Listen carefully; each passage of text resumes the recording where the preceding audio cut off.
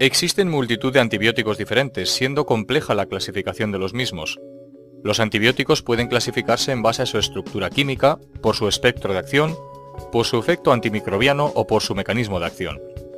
La selección del antibiótico adecuado es una labor crucial para el éxito del tratamiento, ya que un antibiótico incorrecto retrasará el efecto y el microorganismo tendrá más tiempo para infectar. La combinación de un antibiótico bacteriostático y otro bactericida puede tener efectos antagónicos, mientras que la combinación de dos bactericidas puede tener efectos sinérgicos.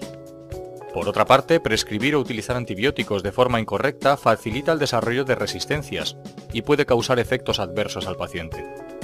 La resistencia de las bacterias frente a determinados antibióticos se puede producir por tres mecanismos. Por transferencia de bacterias entre personas.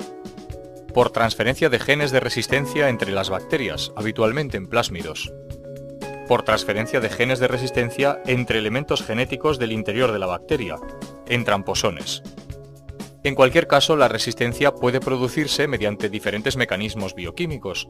Los más importantes son: producción de una enzima que inactive el fármaco, como el caso de las beta-lactamasas o el cloranfenicol acetiltransferasa. Alteración del sitio de unión del fármaco o de su sitio de acción. Disminución de la acumulación del fármaco en la bacteria. El desarrollo de una vía que evite la acción inhibida por el antibiótico. Las bacterias resistentes, al no ser afectadas por el antibiótico, se produce con más facilidad y transmite los mecanismos de resistencia más rápidamente. Uno de los desarrollos de resistencias más preocupantes es el de los estafilococos, ya que algunas cepas son actualmente resistentes a todos los antibióticos disponibles. En los últimos años, los enterococos han desarrollado rápidamente resistencias a muchos antibióticos y se han convertido en el segundo patógeno nosocomial más frecuente. Además, muchos otros microorganismos han desarrollado o están desarrollando resistencia a fármacos que se utilizan con frecuencia.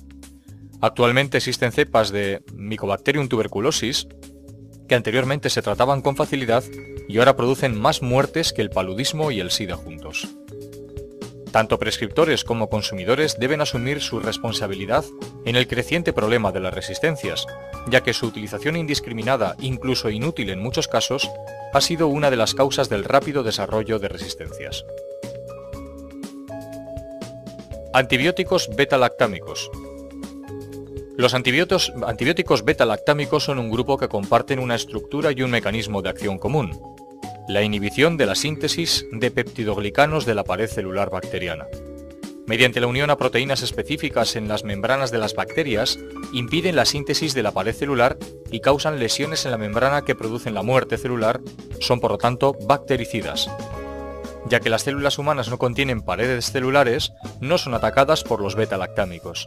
Son útiles en gran número de infecciones como neumonías, meningitis, infecciones cutáneas, óseas, articulares, gástricas, gangrena gaseosa, tétanos, ántrax o infecciones de la sangre y de las válvulas. Desde su aparición han surgido muchas cepas de microorganismos resistentes que limitan la utilidad terapéutica. Existen principalmente tres mecanismos de resistencia por parte de las bacterias: formación de beta-lactamasas, cambios en la estructura de las proteínas de unión y cambios en la estructura que impide el acceso a la membrana. Entre los antibióticos beta-lactámicos se encuentran las penicilinas, cefalosporinas, carbapenems y monobactámicos y glucopéptidos. Penicilinas. A pesar de que existen cada vez más microorganismos resistentes, las penicilinas constituyen todavía uno de los grupos de antibióticos más importantes y más utilizados, estando indicados contra un gran número de cuadros infecciosos. Las primeras penicilinas fueron la benzilpenicilina o penicilina G y otras sustancias relacionadas como las fenoximetilpenicilina o penicilina V. Ambas son activas frente a cepas sensibles de cocos gram positivos. La penicilina G es activa frente a Neisseria meningitidis y Streptococcus pneumoniae. Su principal inconveniente es que son sensibles a las beta-lactamasas bacterianas. Las penicilinas semisintéticas incluyen penicilinas resistentes a las beta-lactamasas, metilcilina, cloxacilina, nafcilina, flucloxacilina y penicilinas de amplio espectro, ampicilina y amoxicilina, que son sensibles a las beta-lactamasas y en ocasiones se asocian con un inhibidor de la beta-lactamasa como el ácido clavulánico.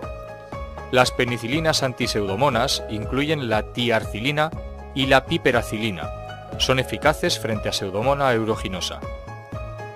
Las penicilinas presentan absorción variable por vía oral, ya que el ácido gástrico inactiva algunas de ellas. Pueden administrarse por vía intravenosa o intramuscular. Por vía intratecal no se utilizan ya que pueden causar convulsiones. La penicilina V, amoxicilina y amoxicilina clavulánico deben administrarse con las comidas para disminuir las molestias gastrointestinales. El resto deben tomarse 1 hora antes o 2 después de comer para mejorar la absorción. El zumo de frutas ácidas puede inactivar la penicilina G. Se distribuyen ampliamente, pasando las articulaciones, cavidad pleural y pericárdica, bilis, saliva y leche. Atraviesan la placenta, pero no la barrera hematoencefálica, salvo en casos de inflamación de las meninges. La mayor parte se eliminan por vía renal, por lo que en los pacientes con alteración renal habrá que ajustar la dosis. Como pueden excretarse por leches materna, habrá que administrarlas con cuidado en la lactancia. En general, las reacciones adversas son leves, siendo una de las clases de antibióticos más seguras. Las reacciones adversas más frecuentes son de hipersensibilidad, asumiendo la existencia de hipersensibilidad cruzada entre ellas. Las reacciones gastrointestinales incluyen náuseas, diarreas e infecciones oportunistas. Cefalosporinas. Existen más de 20 cefalosporinas diferentes, siendo una de las clases más amplias de antibióticos. El mecanismo de acción es idéntico al de las penicilinas. En muchas ocasiones tienen nombres similares, lo que puede originar confusiones. Se clasifican por generaciones. En primera generación, cefazolina, cefalexina, cefradina, cefatroxil. Son útiles para cocos gram positivos como Escherichia coli. La cefazolina es activa frente a Enterobacter. Las bacterias productoras de beta-lactamasa son resistentes. Se utilizan en infecciones de la piel y tejidos blandos. Segunda generación. Cefaclor, cefoxitina, cefuroxima, entre otras. Son eficaces para infecciones causadas por bacilos gram negativos como Haemophilus influenza. En general son más potentes que las de primera generación, pero han sido desplazadas por las de tercera generación. Tercera generación. Ceftacidima, ceftizoxima, ceftriaxona, cefixima, entre otras. Se utilizan en infecciones originadas por cocos gram positivos y gram negativos y bacilos gram negativos. Son resistentes a las beta-lactamasas y son fármacos de elección para infecciones por Pseudomonas, Klebsiella, Neisseria, Salmonella, Proteus y Haemophilus influenza. Cuarta generación. Cefepima y cefpiroma. Combina la actividad gram positiva de los fármacos de primera generación y la gram negativa de los de tercera.